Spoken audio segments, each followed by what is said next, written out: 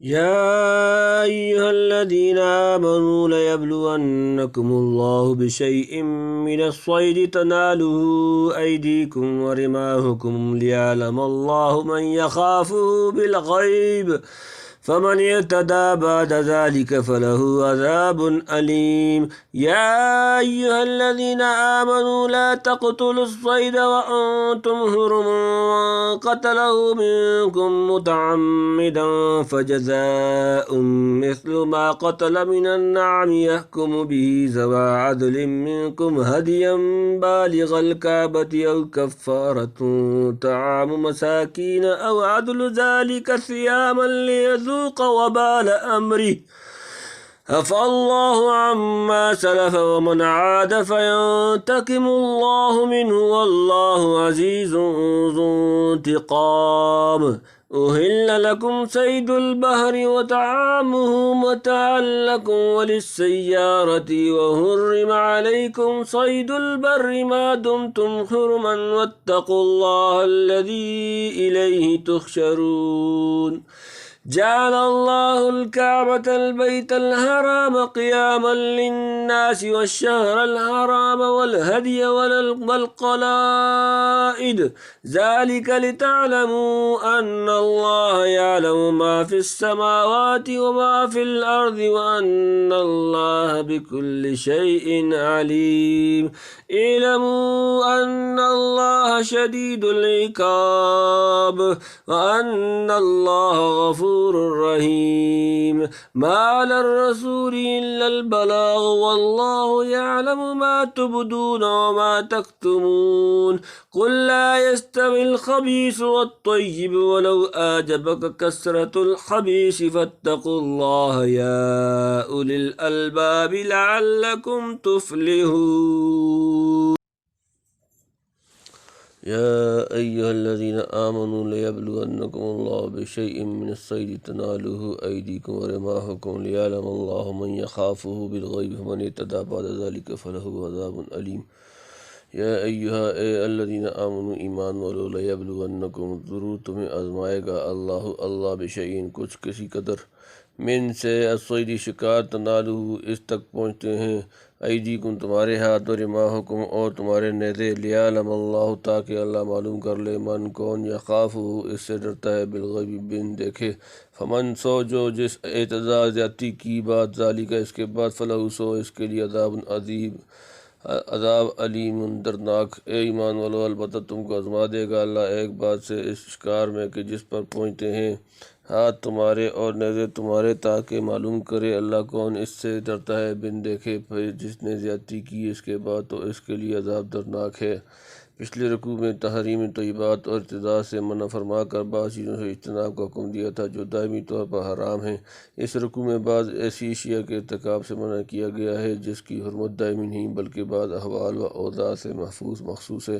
یعنی بحالت حرام شکار کرنا مطلب یہ ہے کہ خدا کی طرف سے مطیع و فرمانبردار بندوں کا یہ امتحان ہے کہ وہ حالت حرام میں جب کہ شکار ان کے سامنے ہے اور بسہولت اس کے مارنے یا پکڑنے پر بھی قادر ہوں، کون ہے جو بن دیکھے خدا سے ڈر کر اس کے حکم کا امتثال کرتا اور ابتداء احکام خداوندی سے تجاوز کرنے کی خدائی سزا سے خوف کھاتا ہے۔ اصحاب سبت کا قصہ سورہ بقرہ میں گزر چکا کہ ان کو حق تعالیٰ نے خاص شنبہ کے دن مچھلی کے شکار کی ممانعت فرمائی تھی مگر انہوں نے مکاری اور ہیلہ بازی سے اس حکم کی مخالفت کی اور حد سے تجاوز کر گئے۔ خدا نے ان پر نہایت رسوا کن عذاب نازل فرمایا۔ اسی طرح حق تعالیٰ نے امت محمدیہ صلی اللہ علیہ وآلہ وسلم کا تھوڑا سا امتحان اس مسئلے میں لیا کہ حالت حرام میں شکار نہ کریں۔ حدیبیہ کے موقع پر جب یہ حکم بھیجا گیا تو شکار اس قدر کثیر اور قریب تک کہ ہاتھوں اور نیزوں سے مار سکتے تھے، مگر اصحاب رسول صلی اللہ علیہ وسلم نے ثابت کر دکھایا کہ خدا کے امتحان میں ان کے برابر دنیا کی کوئی قوم کامیاب نہیں ہو سکی۔ یعلم اللہ کے لفظ سے جو حدوث علم باری کا وہم گزرتا ہے اس کے اطالے کے لیے پارا تھا یقول کے شروع میں الا لنعلم من یتبع الرسول کا فائدہ ملاحظہ کرو۔ يا أيها الذين آمنوا لا تقتلوا الصيد وأنتم حرم من قتله منكم متعمدا فجزاء مثل ما قتل من النعم يحكم به ذوى عدل منكم هديا بالغ الكعبة أو كفارة طعام مساكين أو عدل ذلك صياما ليذوق وبال أمره فالله عما سلف من عاد فينتقم الله منه والله عزيز ذو انتقام یا ایہا اے الذین آمنوا ایمان والو لا تقتلوا نہ مارو الصید شکار وانتم جبکہ تم حرم حالت احرام میں ومن اور جو قتلہ اس کو مارے منکم تم میں سے متعمدن جان بوجھ کر فجزاء تو بدلہ مثل برابر ما قتل جو مارے من النعام مویشی سے یحکم فیصلہ کریں بھی اس کا ذوی عدل دو معتبر منکم تم سے ہدی نیاز بالغ پہنچائے الکعبۃ کعبہ کفارۃ یا کفارہ طعام کھانا مساکین محتاج او عدل یا برابر ذالک سیام روزے لیے تو کا تاکہ چکھے وبال امری اپنے کام کیے عفا اللہ اللہ نے معاف کیا اما اس سے جو سلف پہلے ہو چکا ہو من اور جو عادہ پھر کرے فینتقم اللہ تو اللہ بدلہ لے گا منہ اس سے واللہ اور اللہ عزیز غالب ذو انتقام بدلہ لینے والا اے ایمان والو نہ مارو شکار جس وقت تم ہو احرام میں اور جو کوئی تم میں اس کو مارے جان کر تو اس پر بدلہ ہے اس مارے ہوئے کے برابر مویشی میں سے جو تجویز کریں دو آدمی معتبر تم میں سے اس طرح سے کہ وہ جانور بدلے کا بطور نیاز پہنچایا جاوے کا بطخ یا اس پر کفارہ ہے چند محتاجوں کو کھلانا یا اس کے برابر روزے تک چکھے سزا اپنے کام کی اللہ نے معاف کیا جو کچھ ہو چکا ہو جو کوئی پھر کرے گا اس سے بدلہ لے گا اللہ اور اللہ زبردست بدلہ لینے والا اس کے متعلق بعض احکام سورہ مائدہ کے شروع میں گزر چکے ہیں جان کر مارنے کا یہ مطلب ہے کہ اپنا محرم ہونا یا یاد ہو اور یہ بھی مستظہر ہو کہ حالت حرام میں شکار جائز نہیں یہاں صرف متعمد کا حکم بیان فرمایا کہ اس کے فعل کی جزا یہ ہے اور خدا جو انتقام لے گا وہ الگ رہا جیسا کہ ومن عاد فینتقم اللہ منہ سے تنبیہ فرمائی اور اگر بھول کا شکار کیا تو جزا تو یہی رہے گی یعنی بدی یا بعام یا سیام البتہ خدا اس سے انتقامی سزا اٹھا لے گا حنفیہ کے یہاں مسئلہ یہ ہے کہ اگر احرام میں شکار پکڑا تو فرض ہے کہ چھوڑ دے اگر مار دیا تو صاحب بصیرت و تجربہ کار معتبر آدمیوں سے اس جانور کی قیمت لگوائی اس قدر قیمت کا مویشی میں سے ایک جانور لے کر مثلاً بکری گائے اونٹ وغیرہ کعبہ کے نزدیک یعنی حدود حرم میں پہنچا کر ذبح کرے اور خود اس میں سے نہ کھائے یا اسی قیمت کا غلہ لے کر محتاجوں کو فی محتاج صدقۃ الفطر کی مقدار تقسیم کر دے یا جس قدر محتاجوں کو پہنچتا ہے اتنے ہی دنوں کے روزے رکھ لے یعنی نزول حکم سے پہلے یا اسلام سے پہلے زمانہ جاہلیت میں کسی نے یہ حرکت کی تھی تو اس سے اب خدا تعرض نہیں کرتا حالانکہ اسلام سے پہلے بھی عرب حالت احرام میں شکار کو نہایت برا جانتے تھے اس لیے اس پر مواخذہ ہونا بیجا نہ تھا کہ جو چیز تمہارے نظام کے موافق جرائم میں داخل تھی اس کا ارتکاب کیوں کیا گیا یعنی نہ کوئی مجرم اس کے قبضہ قدرت سے نکل کر بھاگ سکتا ہے اور بھی مقتضائے عدل و حکمت جو جرائم سزا دینے کے قابل ہیں نہ خدا ان سے درگزر کرنے والا ہے وَإِلَّا لَكُمْ صَيْدُ الْبَحْرِ وَطَعَامُهُ مَتَاعًا لَكُمْ وَلِلسَّيَّارَةِ حُرِّمَ عَلَيْكُمْ صَيْدُ الْبَرِّ مَا دُمْتُمْ حُرُمًا وَاتَّقُوا اللَّهَ الَّذِي إِلَيْهِ تُحْشَرُونَ وَإِلَّا حلال کیا گیا لکم تمہارے لیے صید البحری دریا کا شکار وطعامہ اور اس کا کھانا متاعاً فائدہ لکم تمہارے لیے وللسیارۃ اور مسافروں کے لیے وحرم اور حرام کیا گیا علیکم تم پر صید البر جنگل کا شکار ما جب تک تم ہو حرمن حالت حرام میں واتقوا اور ڈرو الذی وہ جو الہی اس کی طرف تحشرون تم جمع کیے جاؤ گے حلال ہوا تمہارے لیے دریا کا شکار اور دریا کا کھانا تمہارے فائدے کے واسطے اور سب مسافروں کے اور حرام ہوا تم وہ جنگل کا شکار جب تک تم حرام میں رہو اور ڈرتے رہو اللہ سے جس کے پاس تم جمع ہوگے حضرت شاہ صاحب لکھتے ہیں حرام میں دریا کا شکار یعنی مچھلی حلال اور دریا کا کھانا یعنی جو مچھلی پانی سے جدا ہو کر مر گئی اس نے نہیں پکڑی وہ بھی حلال ہے فرمایا یہ تمہارے فائدے کو رخصت دی پھر کوئی نہ سمجھے گے کہ حج کی طفیل سے حلال ہے فرمایا کہ اور سب مسافروں کے فائدے کو مچھلی اگر تالاب میں ہو وہ بھی شکار دریا ہے یہ حکم شکار کا معلوم ہوا حرام کے اندر اور حرام میں قصد ہے مکہ کا اس شہر مکہ اور گرد و پیش میں ہمیشہ شکار مارنا حرام ہے بلکہ شکار کو ڈرانا اور بھگانا بھی جعل اللہ الکعبۃ البیت الحرام قیاما للناس والشہر الحرام والہدی والقلائد ذالک لتعلموا ان اللہ یعلم ما فی السماوات وما فی الارض وان اللہ بکل شیء علیم۔ جعل بنایا اللہ الکعبۃ کعبہ البیت الحرام احترام والا گھر قیام کا باعث للناس لوگوں کے لیے، والشہر الحرام اور حرمت والا مہینہ، والہدی اور قربانی، والقلائد اور پٹے پڑے ہوئے جانور، ذالک یہ، لتعلموا تاکہ تم جان لو، انا کہ اللہ یعلم اسے معلوم ہے، ما جو فی السماوات آسمانوں میں، وما اور جو فی الارض زمین میں، وانا اور یہ کہ اللہ بکل ہر شیء چیز علیم جاننے والا۔ اللہ نے کر دیا کعبہ کو جو کہ گھر ہے بزرگی والا، قیام کا باعث لوگوں کے لیے، اور بزرگی والا مہینوں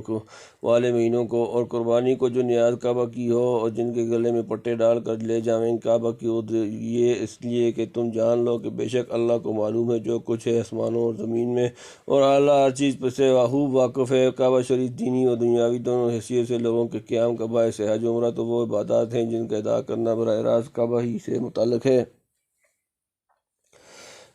ہے، لیکن نماز کے لیے بھی استقبال قبلہ شرط ہے۔ اسی طرح کعبہ لوگوں کی دینی عبادات کے قیام کا سبب ہو گیا۔ پھر حج وغیرہ کے موقع پر تمام بلاد اسلامیہ سے لاکھوں مسلمان جب وہاں جمع ہوتے ہیں تو بے شمار تجارتی، سیاسی، اخلاقی، مذہبی اور روحانی فوائد حاصل کر سکتے ہیں۔ خدا نے اس جگہ کو حرم آمن بنایا، اس لیے انسانوں بلکہ بہت جانوروں تک کو وہاں رہ کر امن نصیب ہوتا ہے۔ عہد جاہلیت میں جب کہ ظلم و خون ریزی و فتنہ و فساد محض معمولی بات تھی، ایک آدمی اپنے باپ کے قاتل سے بھی حرم شریف میں تعرض نہ کر سکتا تھا۔ مادی حیثیت سے انسان یہ دیکھ کر حیرت زدہ رہ جاتا ہے کہ اس وادی غیر ذی زرع میں اتنی افراد سے سامان، خورد و نوش اور نفیس قسم کے پھل اور میوے کہاں سے کھنچے چلے آتے ہیں۔ یہ سب حیثیات قیام للناس میں معتبر ہو سکتی ہیں، اور سب سے بڑی بات یہ ہے کہ علم الہی میں پہلے ہی مقدر ہو چکا تھا کہ نوع انسان کے لیے اسی جگہ سے عالمگیر اور ابدی ہدایت کا چشمہ پھوٹے گا، اور مسلح اعظم سید کائنات محمد صلی اللہ علیہ وآلہ وسلم کے مولد و مسکن مبارک بننے کا شرف بھی سارے جہاں میں سے اسی پاک کو حاصل ہوگا۔ ان سب وجود سے کعبہ کو قیام للناس کہہ سکتے ہیں، کیونکہ کعبہ تمام روئے زمین کے انسانوں کے حق میں اصلاح، ہلاک، تکمیل، روحانیت اور علوم ہدایت کا مرکزی نقطہ ہے، اور کسی چیز کا قیام اپنے مرکز کے بدون نہیں ہو سکتا۔ اس کے علاوہ محققین کے نزدیک قیام للناس کا مطلب یہ ہے کہ کعبہ شریف کا مبارک وجود کل عالم کے قیام اور بقا کا باعث ہے۔ دنیا کی آبادی اس وقت تک ہے جب تک خانہ کعبہ اور اس کا احترام کرنے والے مخلوق موجود ہیں۔ جس وقت خدا کا ارادہ یہ ہوگا کہ غارحانہ عالم کو ختم کیا جائے تو سب کاموں سے پہلے اسی مبارک مکان کو، جس بیت اللہ شریف کہتے ہیں، اٹھا لیا جائے گا، جیسا کہ بنانے کے وقت بھی زمین پر سب سے پہلا مکان یہی بنایا گیا تھا۔ ان اول بیت وضع للناس للذی ببکہ، سورۃ نمبر 3 اور سورہ آل عمران آیت نمبر 96۔ بخاری کی حدیث میں ہے کہ ایک سیاہ حبشی جسے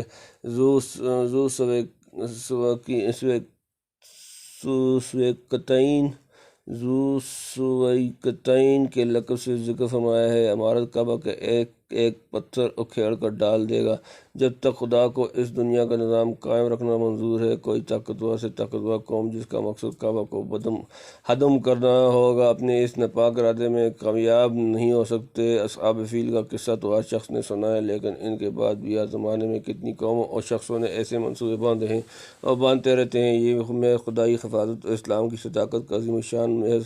نشان ہے کہ باوجود سامان و اسباب ظاہرہ کے فقدان کے آج تک کوئی شخص اس ابلیسانہ مقصد میں کامیاب نہ ہو سکا اور نہ ہو سکے گا۔ اور جب عمارت کعبہ کے گرا دینے میں قدرت کی طرف سے مزاحمت نہ رہے گی تو سمجھ لو کہ ایک عالم کی ویرانی کا حکم آن پہنچا۔ دنیا کی حکومتیں اپنی دارالسلطنت اور قصر شاہی کی حفاظت کے لیے لاکھوں سپاہی کٹوا دیتی ہیں، لیکن اگر کبھی خود ہی قصر شاہی کو کسی مسئلے سے تبدیل یا ترمیم کرنا چاہیں تو معمولی مزدوروں سے اس کے گرا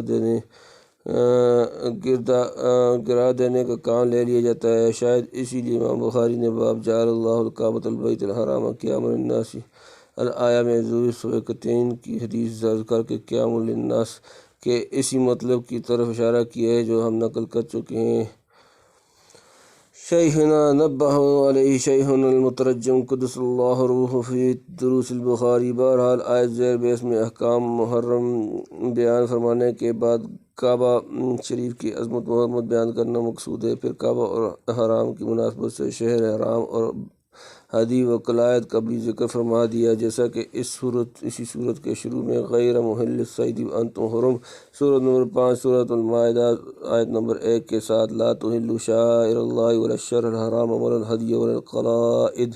سورۃ نمبر 5 سورۃ المائدہ آیت نمبر 2 کو مہلک فرمایا تھا۔ واللہ عالم، یعنی کعبہ وغیرہ کے قیام للناس بنانے میں جن مصالح دینی و دنیاوی کی رعایت فرمائی اور بظاہر بالکل خلاف قیاس جو عظیم شان پیشن گوئی کی وہ اس کی دلیل ہے کہ آسمان و زمین کی کوئی چیز حق تعالیٰ کے غیر محدود علم کے احاطہ سے باہر نہیں ہو سکتی۔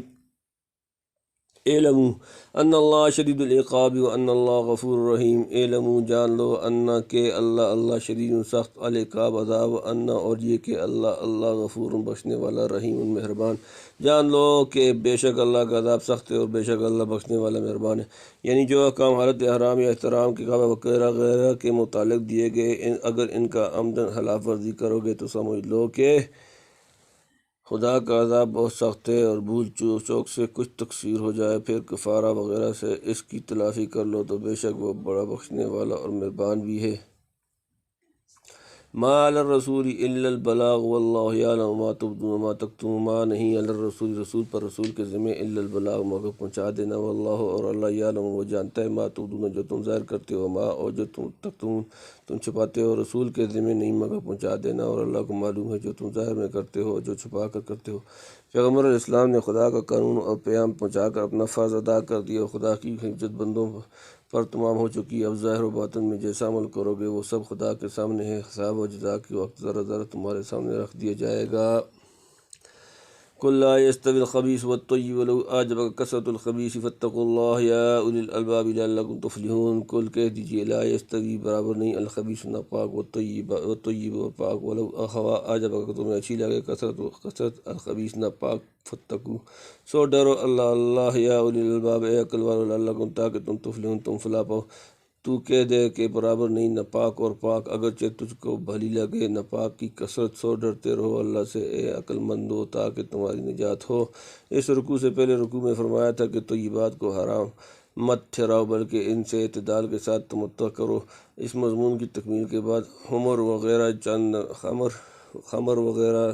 وغیرہ چند ناپاک اور خبیث چیزوں کی حرمت بیان فرمائی۔ اسی سلسلے میں محرم کی شکار کو حرام کیا، یعنی جس طرح خمر سیاح وغیرہ خبیث چیزیں ہیں اسی طرح محرم کے شکار کو سمجھو۔ محرم کے مناسبت سے چند ضمنی چیزوں کا بیان فرمانے کے بعد اب متنبع فرماتے ہیں کہ طیب اور خبیث یکساں نہیں ہو سکتے، تھوڑی چیز اگر طیب و حلال ہو وہ بہت سی خبیث اور حرام چیز سے بہتر ہے۔ عقل مند کو چاہیے کہ ہمیشہ طیب و حلال کو اختیار کرے، گندی اور خراب چیزوں کی طرف خواہ وہ دیکھنے میں کتنی ہی زیادہ ہوں اور بھلی لگیں نظر نہ اٹھائے۔